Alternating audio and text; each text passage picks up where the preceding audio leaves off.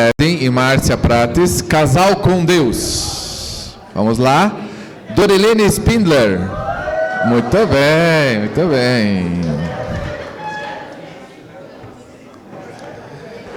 Mais um. Que será dos que nunca ouviram?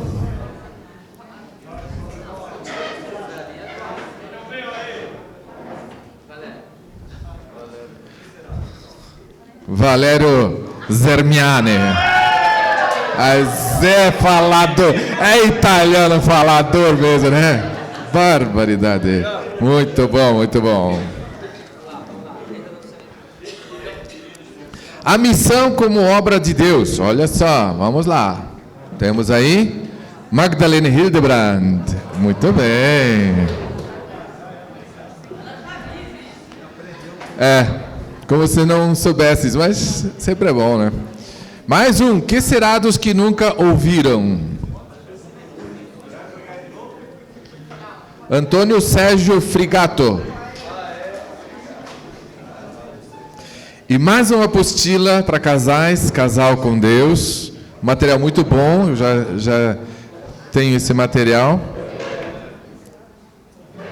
E atenção, Jussara Daga. É isso aí, gente. Muito bom, muito bom.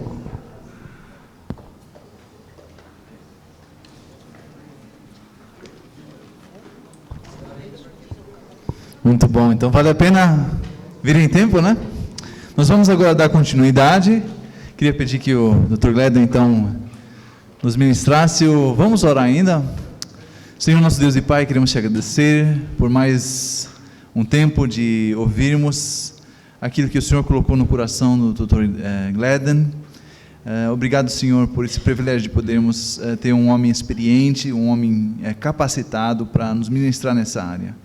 E que o Senhor possa usar aquilo que é falado, que o Senhor possa tocar o nosso coração também. Que a gente não pense naqueles que nós servimos, mas pensamos também no nosso coração.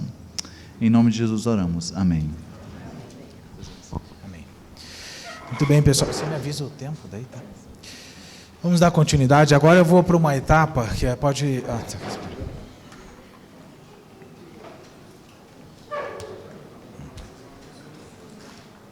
que é um pouquinho mais pesada, tá, nessa tarde, mas fiquem tranquilos que o bom vem de noite. Vícios, compulsões, desvios e dúvidas, tá? Eu vou falar para vocês alguns temas que são um pouquinho complicados, para vocês, obrigado, vocês vão entenderem um pouquinho como é que funciona e o que é que nós podemos fazer para tratar. E vou falar para vocês sobre algumas dúvidas na sexualidade. Tá, pessoal, continua valendo as perguntas, então depois nós vamos ter um pequeno breakzinho, você pode escrever, se durante o estudo você quiser escrever, escreve e a gente vai respondendo depois. Quando eu falar das dúvidas, eu vou falar sobre algumas dúvidas que provavelmente alguns de vocês têm a respeito da sexualidade mesmo, né? O que é normal, o que não é normal, sexo oral, sexo anal, sexo orelhal, essas coisas todas eu vou falar para vocês nessa tarde, tá? Desvios. O que é o desvio? Desvio é quando a coisa não está sendo feita da maneira correta. Disfunção é quando ela não está funcionando, como eu falei para vocês de manhã. E desvio, ela está sendo feito de maneira desviada, de maneira errada, tá? Alguns dos desvios que eu vou falar para vocês nessa tarde, eles são desvios que a medicina já não classifica mais como desvio, como doença, mas que nós entendemos como cristão que ainda são desvios ou doenças, tá? Sadismo. O que é sadismo? Sadismo é aquela pessoa que ele tem prazer em ver o seu cônjuge, sua esposa, enfim, sofrendo, sentindo dor. Essa dor pode ser física, pode ser emocional. Por exemplo, um exemplo que eu sempre digo clássico de sádico é o estuprador. O estuprador, ele obtém prazer em ver a sua vítima sofrendo. Alguns estupradores, inclusive, eles sequer, muitos deles têm até ejaculação precoce, eles sequer têm prazer em si, mas o prazer dele é em ver a vítima sofrendo, né? Tendo dor ou enfim, alguma coisa, né? Só para vocês terem uma ideia da influência da pornografia, As pesquisas mostram que 86% dos condenados por estupro nos Estados Unidos admitiram que eles faziam uma imitação das cenas pornográficas que eles assistiam regularmente. 86%. Para a gente ver como a pornografia, e vou depois dar para vocês números sobre a televisão nessa área, não vou falar de outras questões da televisão, mas nessa área, para vocês entenderem como a coisa não é tão inócua assim quanto se pensa. Ela tem influência muito, muito séria. Masoquismo, alguns eu vou passar um pouquinho mais rápido, né? Masoquismo é aquela pessoa que gosta de sofrer durante o seu ato sexual, gosta de apanhar, Para quem aqui de Curitiba é fácil de entender que é mais ou menos que nem o atleticano, gosta de apanhar, gosta de tomar cacete, vocês não teriam dificuldade nenhuma para entender isso, tá? Então aquela pessoa, ele gosta, por exemplo, de ser espancado, nesse mundo sadomasoquista eles recebem ponta de cigarro quente, agulhas, enfim, coisas horríveis que acontecem, tá? E ele tem prazer duplo, prazer sexual, mas o prazer também da dor física que ele sofre naquele momento. Incesto é a pessoa que tem relação com o parente, né?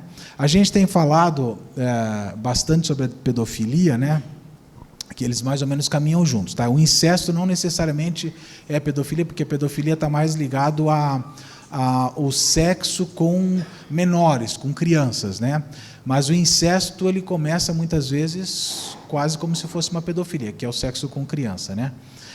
E é interessante a gente notar que os praticantes de incesto, infelizmente, aquele número que eu falei para vocês lá de 1/4 da população mundial que é abusada sexualmente, 90% das vezes o abusador é conhecido ou parente, para vocês terem uma ideia. Tá? Então, quando a mãe costuma dizer para o filho ou para a filha, cuidado com os estranhos, né? O estranho muitas vezes não é o perigoso. O perigoso é o conhecido. Tá? Então, parente de qualquer grau. Parente de primeiro grau, o que é? Pai, mãe, tia, primo de primeiro grau, avô, isso é parente. Tá? O primo de segundo grau é parente. Cunhado não é parente, vocês já sabem disso, né? O primo de segundo grau, ele é parente também, mas é um parente mais distante. Tá? Em algumas culturas é aceitável o casamento entre primos, né, de segundo grau. Tá? Então, na verdade, o que acontece é que a gente tem que tomar cuidado com o conhecido mesmo. O incesto, ele está muito mais ligado ao pai tendo relação com o filho, né? Mas é qualquer parente, na verdade. Então, os conhecidos, eles são perigosos. E aí cai de novo naquela questão que eu já falei para vocês, da NAMBLA, que é outra capa da revista deles, que é essa tentativa de introduzir o conceito da pedofilia como algo absolutamente normal, como algo até poético, né? Não vamos mais gastar tempo com isso. Prostituição é um tipo de desvio da sexualidade. Tá? A prostituição, às vezes a gente associa a prostituição àquela menina que está lá na rua rodando a bolsinha, ou aquela que está lá na boate, né? Mas a prostituição, na verdade, é a troca de favores sexuais por cargos, por dinheiro, por benefícios. Então, a prostituição ela acontece em vários níveis, sem envolver necessariamente o dinheiro, né? É um tipo de desvio da sexualidade. Adultério. Adultério, pode falar. Um negócio que eu vou falar. Pode acontecer dentro desse princípio que você falou, pode acontecer até dentro do casamento, se a relação não for realmente com o objetivo de satisfazer o outro, mas sim, de repente, um jogo de interesse por minha parte, pode ter. Não deixa de ser prostituta, né? E sem vergonha ainda por cima, né? Agora, essa aí é o casal que não tem absolutamente nada a ver com Cristo mesmo, né? Quando ele precisa vender o seu corpo, mas você está certo, não deixa de ser. É que a prostituição, quando é um sexo dentro do casamento, a gente considera o sexo consensual ou não consensual, mas dentro do casamento, né? A prostituição, em tese, ela é fora do casamento, né? Como o adultério, né? O adultério é o sexo extraconjugal, tá? E o adultério, em que pese daqui a um tempo, provavelmente nós vamos... o adultério já não é mais considerado crime no Brasil, né? E daqui a um tempo ele vai ser considerado como uma prática regular, saudável, normal, né? E infelizmente essa aqui é a realidade, os casamentos estão caminhando para isso, né? As novelas mostram isso, os filmes mostram isso, tá? E o adultério tem um conceito interessante que eu falei para vocês de manhã e que a gente precisa analisar com cuidado, que é essa observação de Jesus, né? Porque ele, em Êxodo 20:14, a lei diz, não adulterarás, ela é curta e grossa, né? Mas agora em Mateus, Jesus, quando ele vai falando para os seus próprios discípulos, e é a palavra do próprio Senhor Jesus, ele diz assim, você ouviu o que foi falado no passado, não adulterarás, mas eu quero dizer para você que qualquer um que olhar para uma mulher com intenção impura no coração já adulterou com ela. Esse olhar para uma mulher com intenção impura no coração vale para ambos os sexos. A mulher também que olhar para um homem com intenção impura também está adulterando. Esse é o adultério espiritual, é o adultério emocional, tá? Porque não há pecado nenhum em eu olhar para uma mulher e eu achar ela bonita, uma mulher olhar para um homem e achar ele bonito. Há o pecado quando ele passa a ser desejado. É como a gente diz, está andando na rua, você olhou, achou bonito, tudo bem. Se ela passou, você virou a cabeça, aí você já está pecando, né? Porque aí você já está desejando. Mas aqui, o que Jesus está nos ensinando é uma coisa que a gente tem que tomar um pouquinho de cuidado, que é o que é que os nossos olhos têm visto. Porque às vezes a gente tem olhado algumas coisas que não agradam a Deus. Alguns filmes, algumas cenas que vão despertar em nós um desejo sexual, que é a própria questão do filme pornográfico. Quer dizer, se você está olhando um casal num ato sexual, você vai se excitar. E você vai se excitar porque você está desejando aquela pessoa que está lá. Né? E eu espero que o homem esteja desejando a mulher, e não o homem, porque daí é pior ainda. Mas você está desejando. Então, isso é um adultério virtual. Lá em casa, a gente toma muito cuidado, eu e minha esposa, até com cenas de filmes que a gente vê, porque é inevitável você ser estimulado, você ser excitado com aquela cena. Tá? O que é que os nossos olhos têm visto? Quando você vê, por exemplo, essa época aí, acabou agora há pouco tempo, né? Big Brother, né? Gente, tem gente na igreja falando de Big Brother, eu não consigo entender isso com franqueza, tá? O que está assistindo Big Brother? Por que está gastando tempo de ver aquela pornografia que está lá? E está olhando o quê? Está olhando o Marcelo que foi eliminado ou está olhando as outras lá? Entendeu? Então, o que é que os nossos olhos têm visto? Eu preciso fazer uma reflexão sobre isso. Talvez não seja tão radical como Paulo dizer arranca o olho, mas talvez desligar a televisão. Bestialismo e zoofilia. Bestialismo é sexo com animais, zoofilia é um termo mais médico, digamos assim, né? Isso daí, gente, tem crescido numa proporção descomunal, tá? O sexo, a busca pelo prazer sexual, ela tem alcançado os mesmos níveis que a busca pelas drogas. As drogas, você sabe que cada vez a pessoa vai querer experimentar mais e mais e mais. No sexo, a mesma coisa. Então, já se passou do sexo convencional para o sexo com animais. Nos Estados Unidos existem algumas fazendas sexuais, farm sex, tá? Onde as pessoas vão para lá e praticam sexo com animais.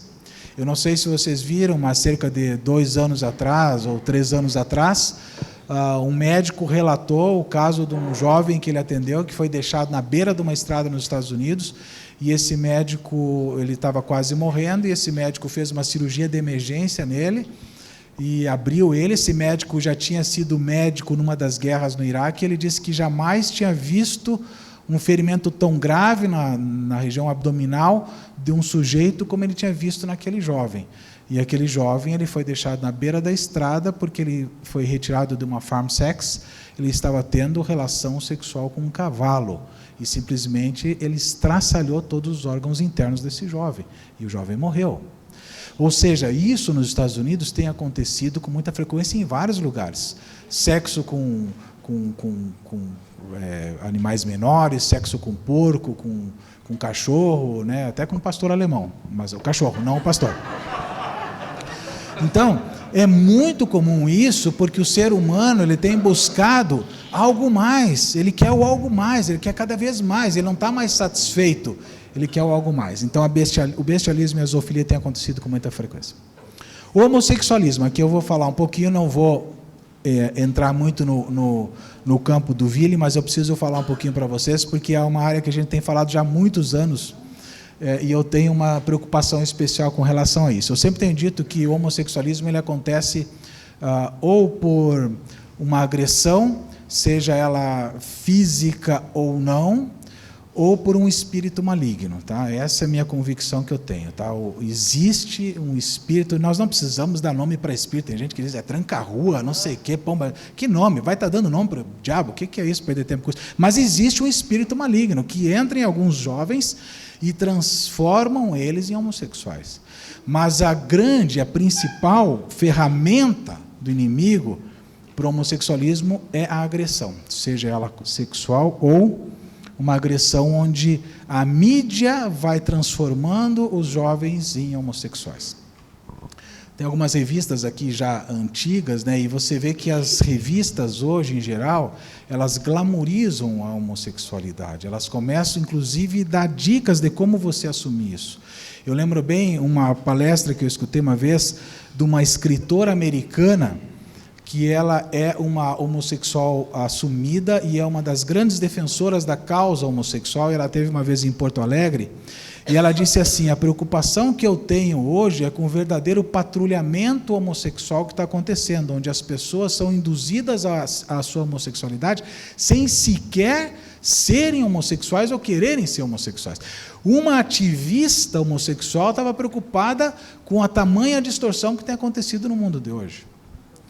As revistas estão aí para isso, olha aí, Orgulho Gay, apologia ao homossexualismo, e você vai ver pessoas aí conhecidas, pessoas do meio, artistas, Neila Torraca e tantos outros, né? Agora recentemente alguns artistas aí assumindo, né? Aquela cantora lá, né? Daniela Mercury e tudo. E o que acontece com essas situações que eu sempre tenho dito? O ser humano, ele carece de modelos, todos nós precisamos de modelo, tá? Qual foi o primeiro modelo, qual foi o primeiro herói que cada um de nós teve? Você lembra?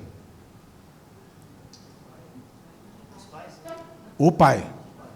Mãe não adianta querer se achar porque não foi. É o pai. O primeiro modelo, o primeiro herói é sempre o pai.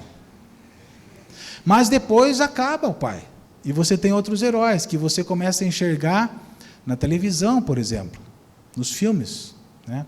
O meu herói da minha infância, eu falo, o pessoal não sabe quem que é, alguns sabem aqui, alguns vão saber, era o National Kid. Né? Alguns não sabem, né? Mas era o National Kid. Né? Sabe, né, pastor? Capitão América, Ultraman, era meu herói, entendeu? Mas todos nós necessitamos dos heróis, da figura do herói. Aí, o que é que a criança tem visto hoje nas novelas, nos filmes? Heróis homossexuais. E quando você vê a forma como eles são retratados nos filmes ou nas novelas, você perceba que é sempre de uma mesma forma. Eles são, em geral, bonitos, bem apresentados, têm uma voz boa, são bem de vida e estão sempre prontos para ajudar as outras pessoas. Para nós, isso não faz diferença. Usam roupa apertada, Às vezes eu tenho que cuidar com isso, porque minha esposa às vezes me compra umas roupas meio gay também. Eu me comprei essa calça aqui meio apertada, essa camisa assim, às vezes tem que tomar cuidado com isso. Mas eu não sou. O que acontece? Isso faz alguma diferença, essa figura que é retratada na novela, para você? Não. Vai influenciar o seu comportamento? Não. Mas a criança de 6 anos de idade, que já está na frente da televisão, a criança de 7 anos de idade, que já está na frente da televisão e está olhando os modelos, ela vai enxergar aquilo e ela vai querer dizer, eu quero ser como ele. Isto é a agressão emocional, a agressão. A discussão que nós temos aqui hoje no Brasil, né, desse kit gay, de tudo mais, gente, isso daí é coisa que já está lá fora há muitos anos. Isso aqui, olha, já em 2003 já existia essa questão da discussão de como a homossexualidade estava avançando dentro das escolas americanas e em outros países. Por quê? Porque os formadores de opinião, em geral, têm sérios desvios de sexualidade. E aí eles querem reproduzir isso dentro das escolas, dentro das regiões onde eles possam formar novas opiniões. Então está acontecendo dentro da escola, o kit gay, todas essas coisas já existem. Olha aqui essa situação terrível. Antes era o Thomas, agora virou Tammy.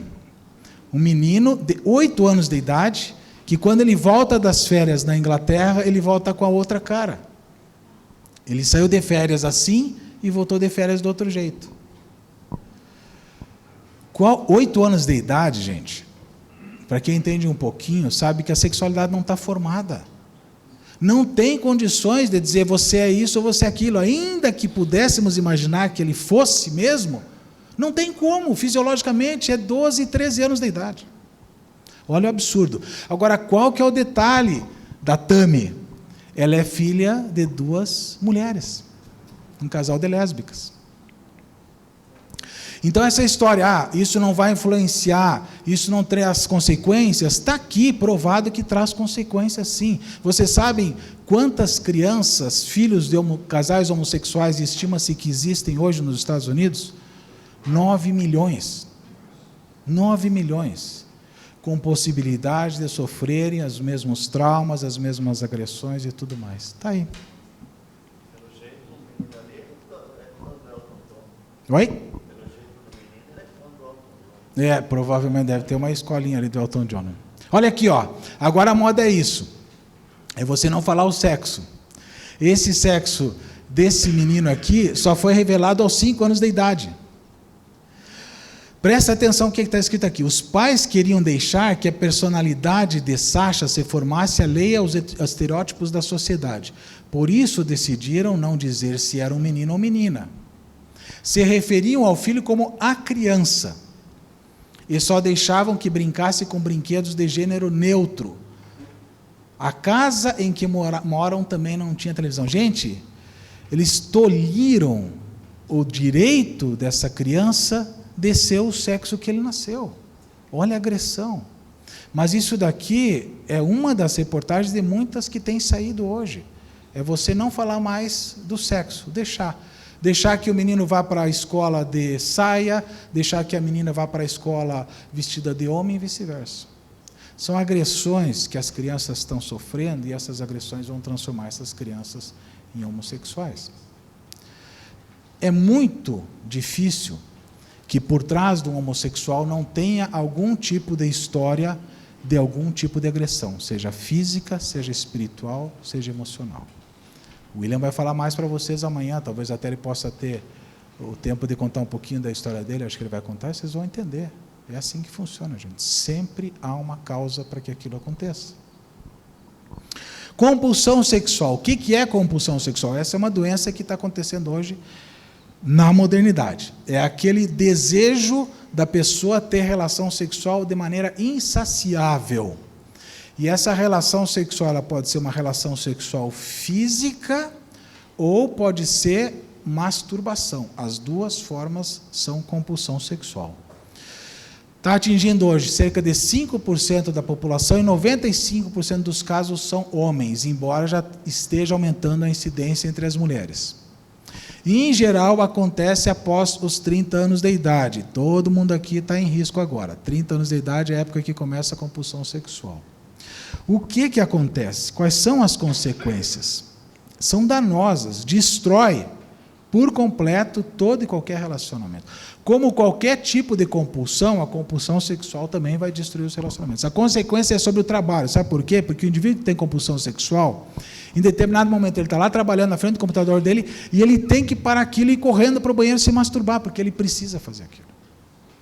E ele começa a não desempenhar adequadamente no trabalho, ele começa a perder a qualidade no trabalho, começa a faltar ao trabalho, ele precisa às vezes sair do trabalho, no meio do trabalho, e ir ter uma relação sexual com uma prostituta ou alguma coisa assim. Atrapalha as finanças, porque ele começa a gastar mais com prostitutas, começa a gastar mais com pornografia, começa a gastar mais com produtos eróticos.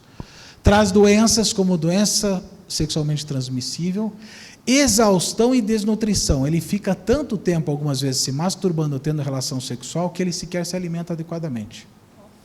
E alguns chegam à exaustão, porque a atividade física, a atividade sexual é uma atividade que requer um bom exercício físico. Nós gastamos muita energia quando temos relação sexual. Mais do que jogar bola. Tratamento disso. Hoje existem clínicas especializadas. Aqui em Curitiba tem clínica especializada nisso. Em alguns países tem casas de retiro especializadas nisso. Em alguns países há a internação compulsória, obrigatória, como é o caso, por exemplo, de países como a China. Tratamento passa pela terapia sexual. Grupos de apoio funcionam muito bem, tanto no caso de tratamento da compulsão sexual como da compulsão pornográfica, que eu vou falar um pouquinho depois para vocês. A utilização de antidepressivo funciona muito bem e não tenha dúvida, a cura definitiva para esses casos todos que eu estou falando aqui para vocês nessa tarde é a libertação.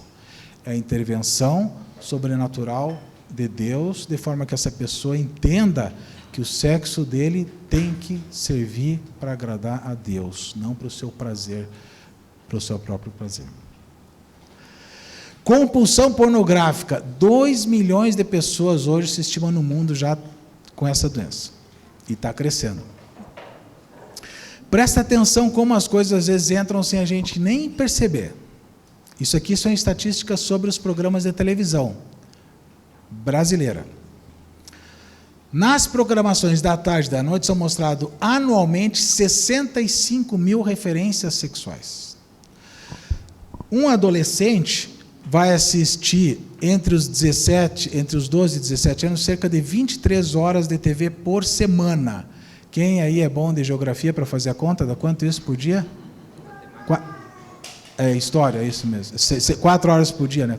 7 vezes 4 é isso? Não, 3 horas por dia. Mais ou menos, 3 horas e meia por dia. E presta atenção no detalhe aqui. Você pensa que é por acaso? Você está enganado. A estratégia está muito bem armada por alguém chamado Satanás. 94% das cenas de sexo na novela, eu sei que vocês não assistem novela, mas tem igreja por aí que, pasmem, ainda tem mulheres que assistem a novela. Na minha igreja tem muita mulher que assiste. 94% das cenas de sexo são entre pessoas não casadas. Por que será? Você consegue entender a estratégia satânica nos mínimos detalhes em cada um? É na escola, é na televisão, todos os lugares ele está infiltrado. Olha só, qual é o primeiro presente que esse animal aqui quer dar para o seu neto? Uma assinatura da Playboy. Quem que são essas pessoas? Talvez você não goste da música dele, mas muita gente gosta. E essas pessoas são o quê? Formadores de opinião. O que eles falam, todo mundo...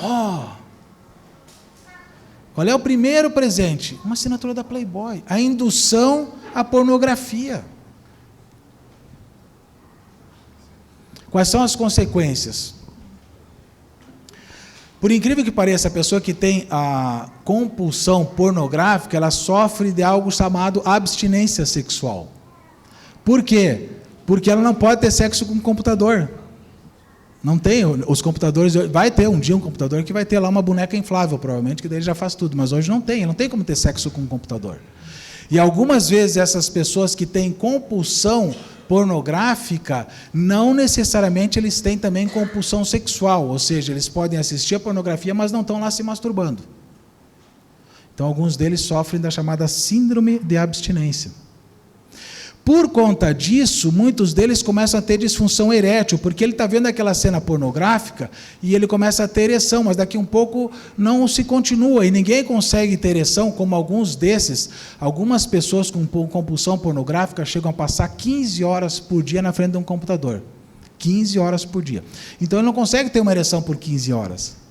Daí um pouco ele começa a ter disfunção erétil. E começa a ter diminuição do desejo diante dos estímulos reais, ou seja, ver a mulher, ao ver o homem, ao ver sua esposa, o seu marido, ela já não tem mais desejo, porque ela quer ver a fantasia, só quer ver o virtual. A consequência para o casamento é imediata.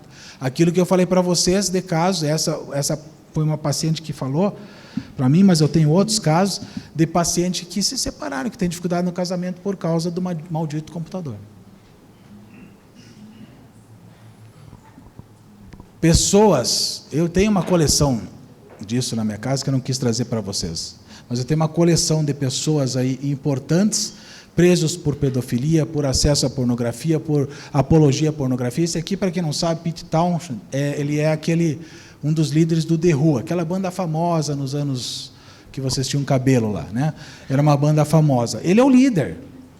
E ele é um aficionado por pornografia, especialmente a pornografia infantil. E ele confessou que ele foi abusado sexualmente na sua infância. Ou seja, há uma apologia à pornografia, infelizmente, em todas as áreas, inclusive nos meios musicais. Tratamento à terapia sexual, psicoterapia, tá? O uso de antidepressivos, e aqui a gente pode trabalhar um pouquinho a eliminação dos estímulos. O que estimula ele, a pornografia? O computador, a televisão. Ou seja, essa pessoa, se ela for afastada, ou se esses objetos forem removidos do meio dele, ele pode ter um pouquinho menos de estímulo. Grupos de apoio funcionam muito bem. E, mais uma vez, a libertação.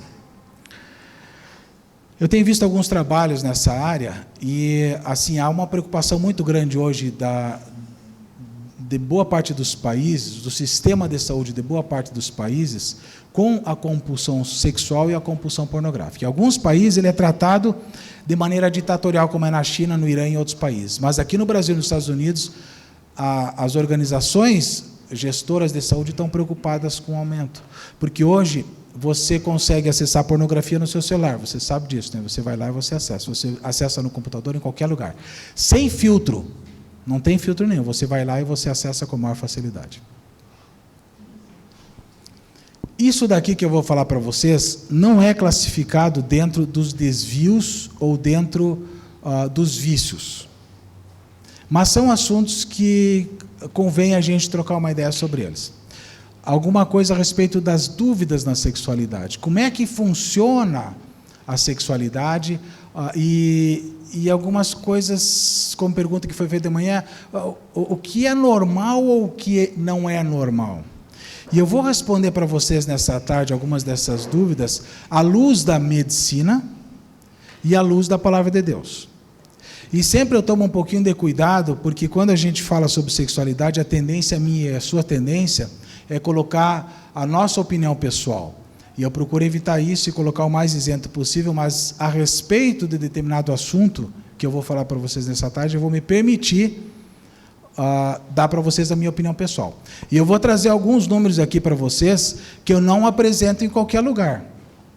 Eu estou apresentando aqui para vocês e vou apresentar porque vocês vão ter muita dificuldade para lidar com o assunto daqui para frente, que vai crescer muito. E eu vou mostrar para vocês os números, e normalmente eu não mostro isso para uma plateia que não seja de líderes. Qual deve ser a frequência da relação sexual do casal? Qual que é o normal de ter relação sexual? Do ponto de vista médico, a gente entende que um casal não deveria ter menos de 2 relações sexuais por mês. Ou seja, uma relação sexual a cada 15 dias é o mínimo aceitável do ponto de vista médico para a gente dizer que esse casal é normal. Mas qual é a frequência média normal, ou a média habitual que os casais devem ter? 2 relações sexuais por semana. Uma relação sexual a cada 2 ou 3 dias. A frequência é algo que tem sido usado no meio pornográfico para medir a virilidade, medir a capacidade, você tem que ter tantas relações. A medicina já diz, 2 ou no máximo 3 relações sexuais por semana, tá bom. Mas qual que é a frequência que você vai ter com a sua esposa? Você decide. Depende do quê? Acordo. Acordo depende do quê? Conversa. Do cansaço também depende. Tamanho do pênis. Isso daqui é um problema, gente, porque tem homem que ele tem um problema, ele chega a carregar o pênis nas costas, mas não porque é grande, é porque há uma cultura pornógrafa que fala que o pênis tem que ser grande para dar mais prazer para a mulher. Isso é uma cultura meramente pornógrafa. É uma cultura de filmes pornográficos que foi trazido para a sociedade moderna e acha-se que o tamanho do pênis vai influenciar na capacidade desse homem de provocar prazer na sua esposa, quando isso não tem absolutamente nada a ver. O orgasmo da tua esposa não passa pelo pênis, passa pelo quê? Pela emoção, por aquilo que eu ensinei de manhã para vocês, pelas carícias. Mas é um problema. Aliás, vou mostrar para vocês, meninas. Não vou mostrar o pênis, fiquem tranquilas, não vou fazer isso. Mas vou mostrar para vocês como é que é um homem no banheiro masculino, para vocês entenderem como que isso é problema. Alguém tem um pedaço de papel aí, por favor? Tem um pedaço de papel? Alguém pode me ceder um pedaço de papel? Eu vou pegar esse aqui, que eu acho... Esse aqui. Mas esse está muito pequenininho, aí não vou poder... Oh, sacanagem, irmã. Esse já está mais compatível. Não, também não vamos exagerar. Né?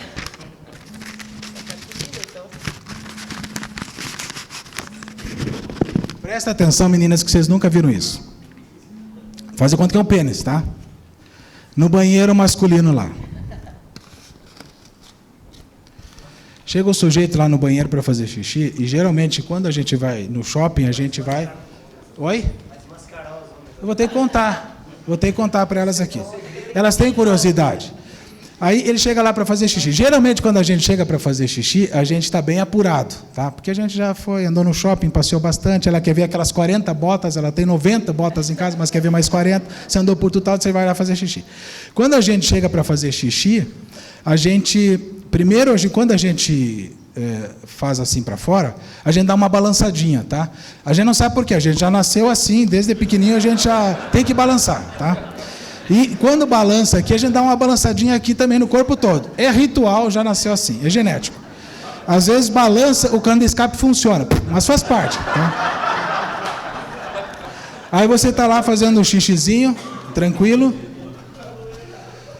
E é gostoso, né? Você está lá, oh, delícia. Aí chega o colega do mijo, ali do lado. Ele chegou ali. Bem devagarzinho, discretamente, a gente dá uma olhadinha. Faz parte, você tem que olhar. Não vem dizer que não olha, porque olha. Dá uma olhadinha. Dependendo do que viu... Mas dependendo do que viu, ele... E mija até fora do negócio. Por quê? Porque o homem tem um problema com o tamanho do pênis.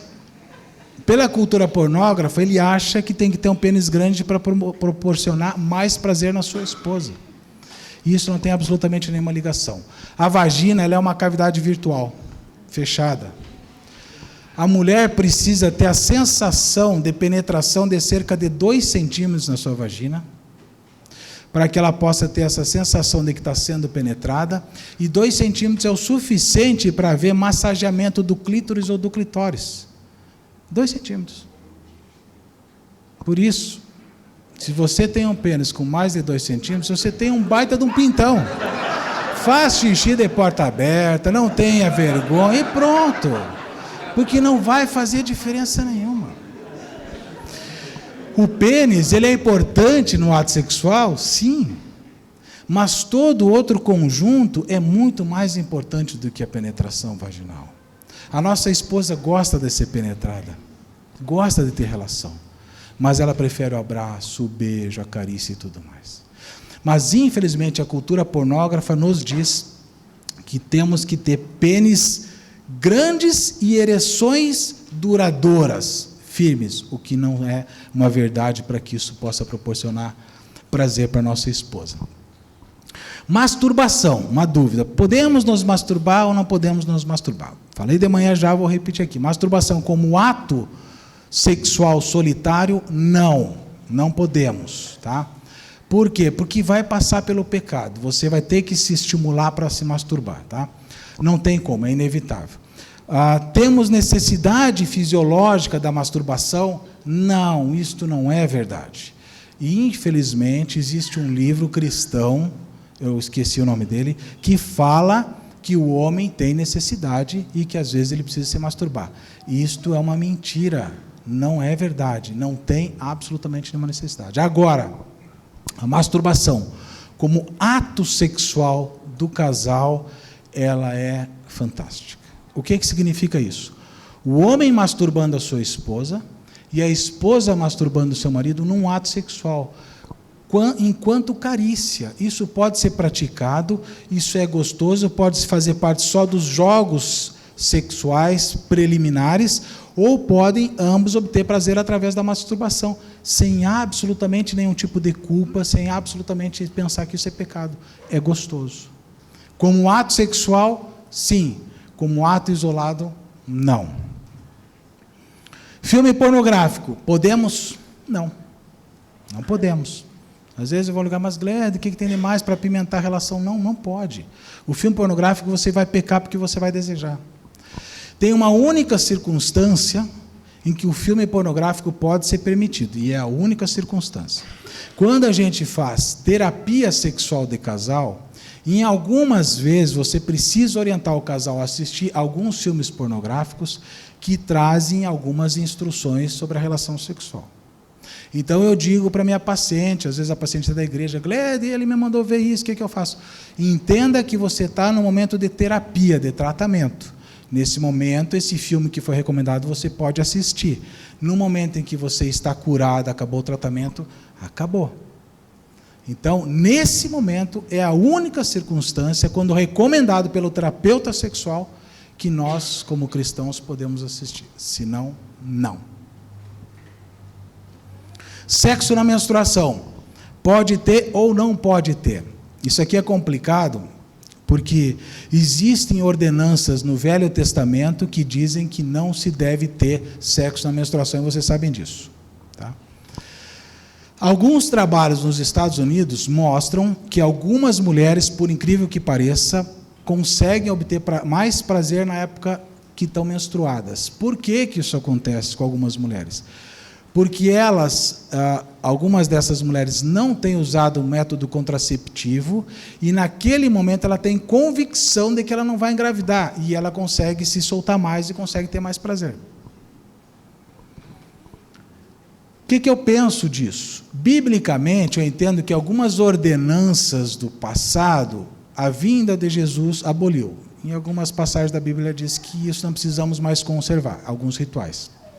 Mas quem decide se podemos ter sexo na menstruação ou não? Neste caso, não. É a mulher. Não é questão de acordo. É questão de decisão. Isso não está em negociação. Vamos negociar aqui, eu tenho sexo menstruada e você me leva para jantar. Não, não tem negociação. Por quê? Porque a mulher pode se sentir constrangida com isso, e eu, como marido, eu preciso respeitar. Ela não quer ter relação estando menstruada. Não é acordo, a decisão é da mulher. E, às vezes, algumas mulheres até querem ter relação quando está menstruada, mas o marido não se sente bem.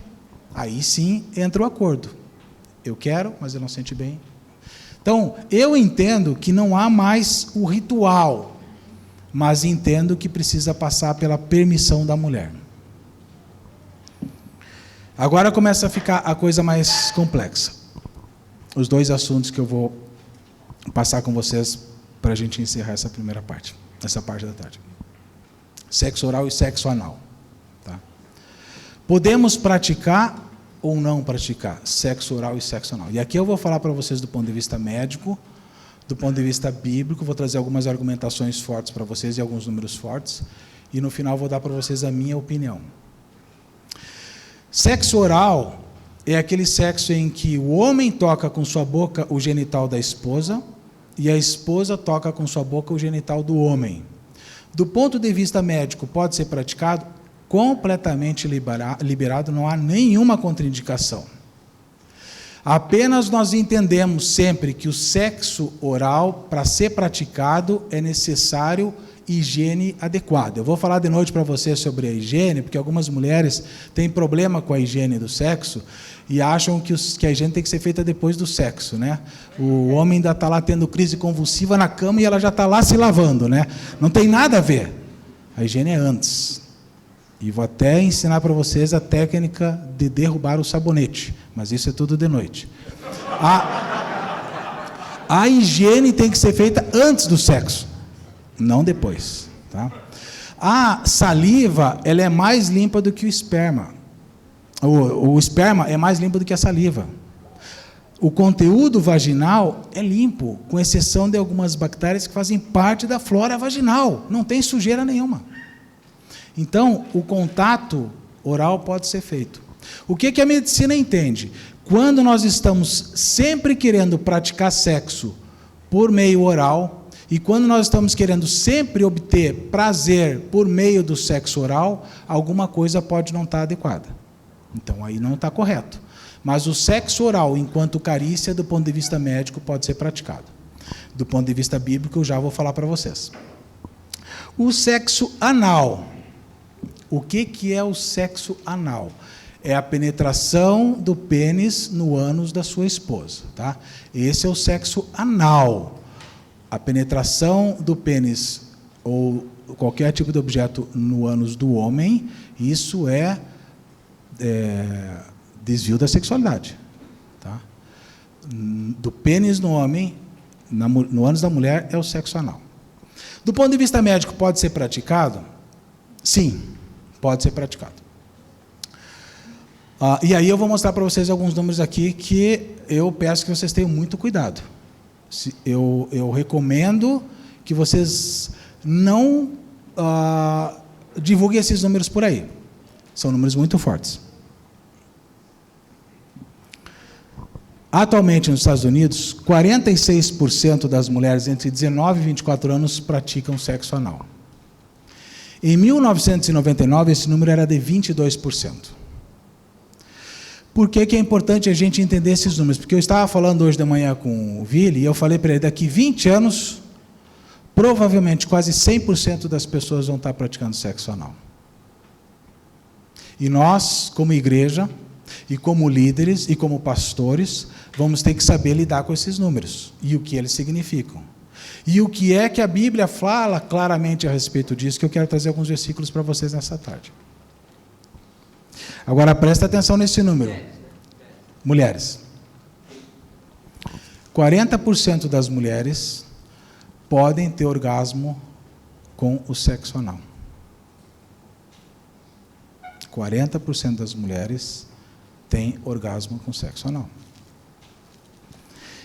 E há mais um outro número que é sério. Das mulheres que praticam sexo anal, que gostam de sexo anal, 96% delas têm orgasmo. Por que a gente tem que tomar cuidado com alguns números? Porque eu sempre tenho tendência a enxergar a coisa de alguma forma. Eu lembro bem, na época da faculdade, o nosso professor de sexualidade, ele contou a história de uma senhora que foi consultar com ele. E essa senhora, ao consultar com ele, chegou arrasada. Porque ela consultou com o ginecologista e falou para o ginecologista que ela tinha sexo anal. E esse ginecologista falou que aquilo era uma aberração, que aquilo era um absurdo, que era uma coisa horrível, e acabou com ela. E ela chegou nesse sexólogo dizendo assim: doutor, acabou com a minha vida, faz 40 anos que eu sou casada, tenho sexo anal com meu marido, e ele disse que está tudo errado.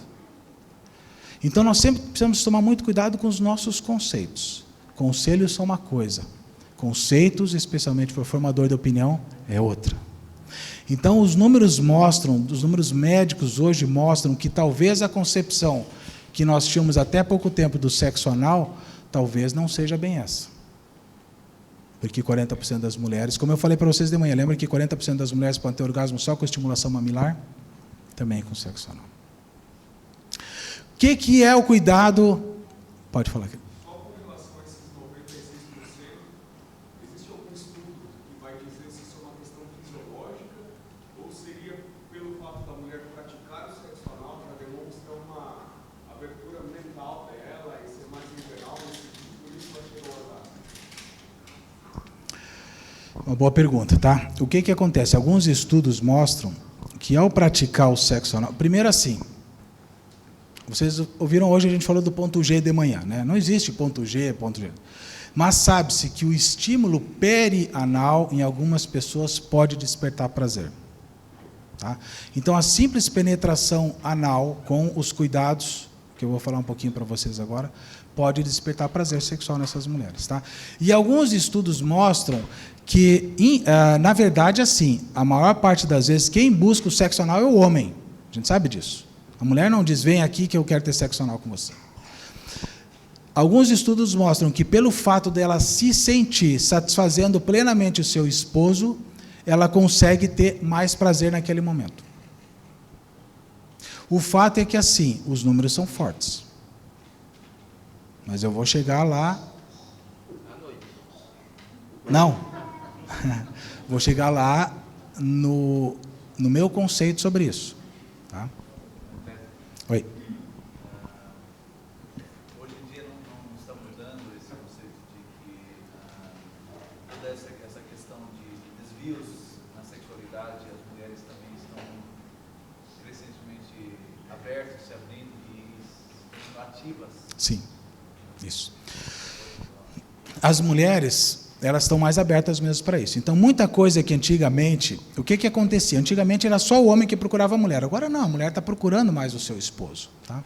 A mulher está mais liberada para isso. Então, de fato, ela hoje consegue enxergar o sexo anal de uma maneira um pouquinho diferente do que antes. Aquilo que era tudo feio, reprimido, pecado, errado, ela consegue enxergar que talvez não seja bem assim. Então, ela está se abrindo um pouquinho mais. Tá? Mas isso em vista Da mídia, dos conceitos do mundo. Conceitos do mundo. Tá? Quando a gente vê a forma que Deus fez o sexo, a gente não precisa de nada disso. É isso que eu vou falar para vocês. Mas o mundo tem trazido esses conceitos. Hoje, qualquer filminho pornográfico aí que você pegue para assistir vai ter sexo anal. Então é um estímulo muito grande. Hoje é um estímulo muito grande para os próprios jovens praticarem sexo e filmarem e colocarem na internet. Então, o conceito da sexualidade anal está vindo do mundo, entrando dentro de casa. O que acontece? Do ponto de vista médico, o que a gente entende? Quando a gente faz uma representação gráfica, digamos assim, da vagina, ela poderia ser desenhada como se fosse um funil preparada para receber o pênis. Tá? Eu expliquei para vocês de manhã que ela se dilata, ela fica lubrificada, ela é preparada para receber o pênis. O ânus é o contrário, é um funil preparado para conter as fezes. Fezes, para quem não sabe, é cocô. Tá? Cocô, em geral, é o pior do nosso corpo, está ali. Alguns o pior está na cabeça, mas a maior parte o pior está ali, que é o cocô. Então o ânus foi feito para segurar, não para receber. Para que eu faça uma penetração anal na minha esposa, o que eu preciso? Primeiro, do consentimento dela, porque ela precisa relaxar esse esfíncter, senão vai doer. Segundo, eu preciso tomar muito cuidado com a higiene, porque se eu tiver uma relação anal, eu vou contaminar meu pênis, eu não posso depois ter uma relação vaginal, porque eu vou levar doenças para dentro dessa vagina. Terceiro, no pênis, no ânus, não tem lubrificante nenhum. Vocês lembram que eu contei para vocês a história de manhã, da vagina, que transpira, lubrifica, fica molhadinha? No ânus, não. Você percebe como Deus fez tudo certinho? E no ânus não tem clítoris ou clitóris. Algumas mulheres, que são esses 40%, conseguem fisiologicamente ter orgasmo só com penetração anal. Mas as outras vão precisar de estimulação clitoridiana, senão não vai ter prazer nenhum. Então o que a gente entende do ponto de vista médico? Se usar lubrificante, se tiver cuidado com a higiene, se houver permissividade e se houver manipulação da região genital concomitantemente, do ponto de vista médico é aceitável a prática. Causa hemorroida, causa... Não causa nada, tudo conversa fiada. Não tem nada disso. Pode falar, irmão. Mesmo câncer, porque eu já vi pesquisas de que a prática anal pode causar câncer. Não é verdade. Não é verdade. Infelizmente, eu gostaria de ter uma boa desculpa para falar. Não é. Do ponto de vista médico, não tem nada. Não causa absolutamente nada. O que acontece que é importante se saber? Existe um câncer chamado câncer do colo do útero. Esse câncer ele é causado em 90% das vezes por um vírus chamado HPV. Vocês estão vendo aí que está sendo feita essa vacina. Existe vacina que pode prevenir 70% dos casos. Tá? Esse HPV ele pode também dar no ânus e pode dar na boca.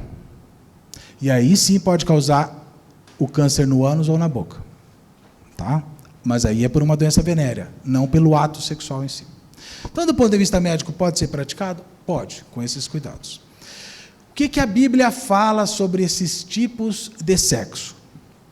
Aí eu preciso de ajuda de vocês, Romanos 1, 26. Alguém pode ler para mim?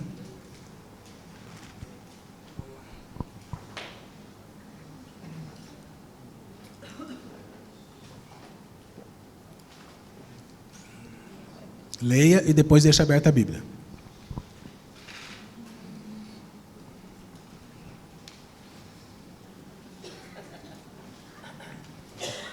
5 minutos, beleza.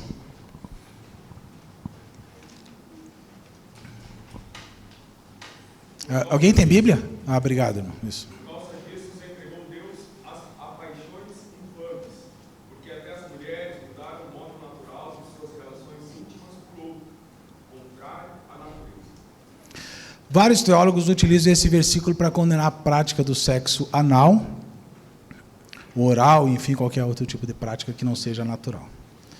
Mas, leia o 27, por favor.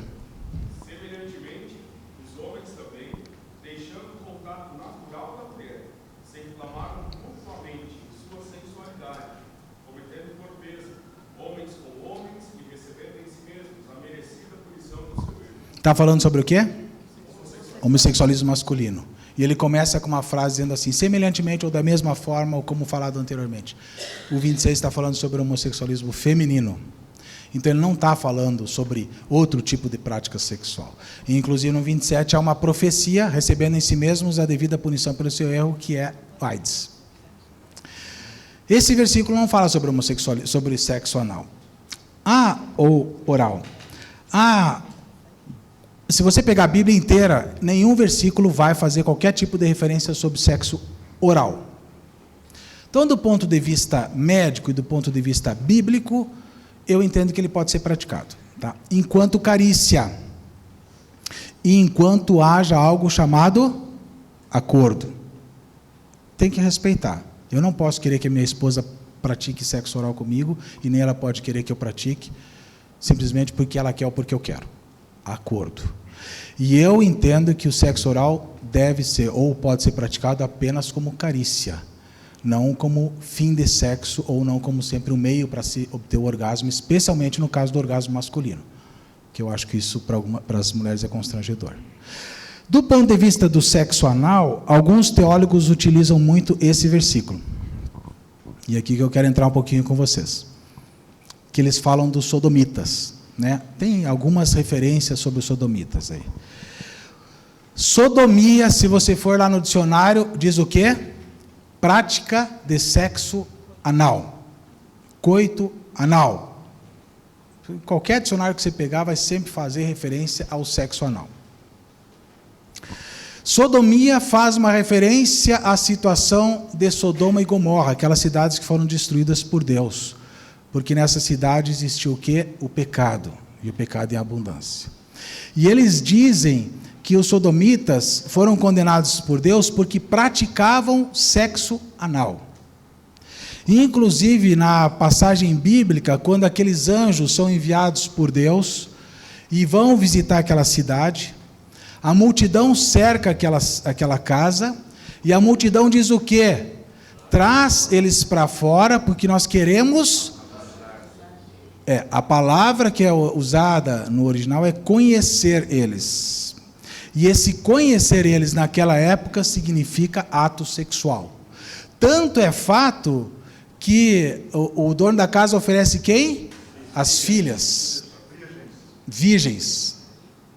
Para que eles não fossem abusados sexualmente. Por conta disso, se trouxe essa palavra para a prática do ato sexual, ou seja, aquela pessoa de Sodoma, ele era um praticante de ato sexual, do ato sexual anal, e por isso ele foi condenado e morto. Não é exatamente uma verdade, porque a condenação de Sodoma não foi pelas orgias sexuais que eles faziam, foi por tudo. Inclusive, na história hebraica, quando você lê, você vai ver que eles eram trapaceiros, passavam a perna nos outros, só faziam, e isso para o judeu era terrível. Né? O judeu, ele negociava no fio do bigode, aquele pessoal era terrível. Tanto que se você for... Então, assim, nós acabamos tirando um contexto histórico e bíblico para justificar uma doutrina nossa que ela não é exatamente verdadeira. E eu sempre tomo muito cuidado de falar sobre isso, porque a Bíblia diz, no penúltimo versículo dela, que qualquer pessoa que acrescentar alguma coisa a essa profecia ou retirar, está condenado. Então eu preciso tomar cuidado para não justificar as minhas visões, os meus pensamentos com a Bíblia quando ela não é verdade. Se você for ver, existem alguns dicionários de antônimos aí. E A história judaica mostra que o principal motivo pelo qual Deus destruiu Sodoma foi porque naquela época alguma coisa era muito importante, que era a hospitalidade. Inclusive no Novo Testamento Deus fala várias vezes, praticar a hospitalidade. E quando aquelas pessoas vieram visitar aquela casa, e eram os anjos enviados por Deus, e a multidão queria destruir ela, aí foi a gota d'água e Deus disse, chega. Se você for ver no dicionário, qual é o antônimo de sodomita? É hospitaleiro. Então a Bíblia diz que eu não posso praticar sexo anal? Infelizmente não. Em nenhum momento ela é clara sobre isso. E é preciso que vocês estudem sobre isso, é preciso que vocês conversem sobre isso, e é preciso que a igreja, a denominação, talvez tenha uma decisão sobre isso. E com muito cuidado. Porque eu fui numa igreja outro dia falar, e naquela igreja, Deus falou com o pastor líder deles, que é uma igreja grande de São Paulo, que não podia ter sexo oral. E ele deixou de ter sexo oral. Me deu 5, você me deu mais 5, obrigado. 10. Agora eu fui nessa igreja esses dias e eu tive várias pacientes daquela igreja que foram me procurar depois, que praticavam sexo oral e que estavam com a vida arrasada porque o pastor disse que não. E agora Deus desfalou e disse que pode praticar sexo oral. Muito cuidado. Mas aqui eu quero falar para vocês a minha opinião de quem é cristão desde 1994 e quem tem 26 anos de experiência como médico e como sexólogo. Sexo oral enquanto carícia é fantástico. Pode praticar, faz parte do jogo preliminar. Se não há constrangimento, se não tem problema, pratique. Sexo oral, embora eu não possa dizer que a medicina condena, embora eu não possa dizer que a Bíblia condene, eu quero dar para vocês o conselho de quem tem experiência na área. Sexo anal. Nós não precisamos praticar. Deus fez algo gostosinho, lubrificadinho, quentinho, tudo bonitinho. Para que a gente vai experimentar algo que vai dar caca? Para quê? E tem outra coisa que me preocupa muito a respeito desse assunto, que é o que está lá, se alguém puder ler para mim rapidinho, antes que eles tirem o microfone aqui, Mateus 7,12, alguém pode ler para mim? Quem tem Bíblia aí, bem rapidinho, quem é bom no gatilho? Vai ter as perguntas depois, só um pouquinho. Oi? Alguém leu? Tudo quanto, pois, quereis que os homens vos façam, assim fazei eu vós também a eles, porque esta é a lei e os profetas. Você entendeu, né? Em outras palavras, só faça aos outros aquilo que você queira que faça para você. Mesmo sendo gaúcho, eu confesso que eu tenho dificuldade em pensar nisso. Então, entenda, e aqui eu quero deixar bem claro para vocês. É a opinião minha, do Gleden. Não estou falando do ponto de vista médico, porque eu não posso, e não estou falando do ponto de vista bíblico, porque eu entendo que eu não tenho autoridade. Como médico experiente, eu digo, nós não precisamos praticar isso. Deus fez o sexo, e esse é o último slide, porque Deus fez o sexo de maneira bonita, gostosa, poética. Quando você pega esses versículos aqui de Cantares, e você coloca, por exemplo, num livro sensual, não pornográfico, mas num livro sensual, ele se encaixa muito bem. Porque Deus vê o sexo de maneira bonita, poética, gostosa. A humanidade distorceu, nós distorcemos, a nossa mente suja distorceu, mas Deus não. E o que nós vimos até aqui foi a distorção, a humanidade desprezível. E o que eu quero ver com vocês de noite é o sexo bom e bonito como Deus programou para que nós fizéssemos.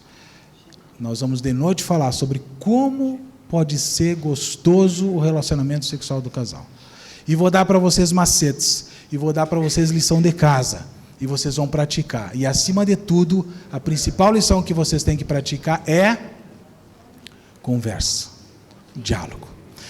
Só um pouquinho, nós vamos abrir para pergunta depois, tá? Eu vou só orar para encerrar agora, nós vamos fazer um pequeno intervalo, né? E daí depois nós vamos abrir para pergunta, vocês podem bombardear à vontade, vocês podem falar à vontade. Só fecha o teu olho e curva a tua cabeça que eu quero orar com você agora. Pai, obrigado por mais esse tempo que nós tivemos agora, Senhor Deus. Um assunto tão difícil, tão pesado, Senhor Deus. Tantas doenças, tantos desvios, Senhor Deus. E até mesmo naquilo que um casal pode praticar dentro das quatro paredes, nós temos as nossas dúvidas. E algumas coisas, Senhor Deus, por mais que não sejam condenadas pela medicina ou não sejam condenadas pelo Senhor, parece, Deus, que não agradam o Senhor.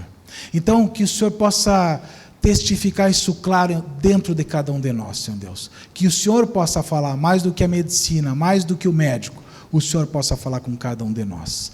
E acima de tudo, Deus, que a nossa sexualidade sirva para dar prazer para nossa esposa e vice-versa. Pai, se alguém aqui precisa, em alguma dessas áreas, de cura, de libertação, da intervenção sobrenatural do Teu Espírito Santo, que assim seja nessa tarde e que assim seja nesse dia. Damos liberdade total para o Teu Espírito, para que possa nos tocar e nos curar, porque nós queremos que a nossa sexualidade seja agradável ao Senhor. Em nome de Jesus nós oramos. Amém. Vamos dar um intervalozinho, quanto tempo? Nós vamos ter 20 minutos. Só um aviso, esses slides vão estar disponíveis no site do CETIEL. Então, se você quiser depois fazer um download, você pode entrar no site. Então, em 20 minutos estaremos de volta.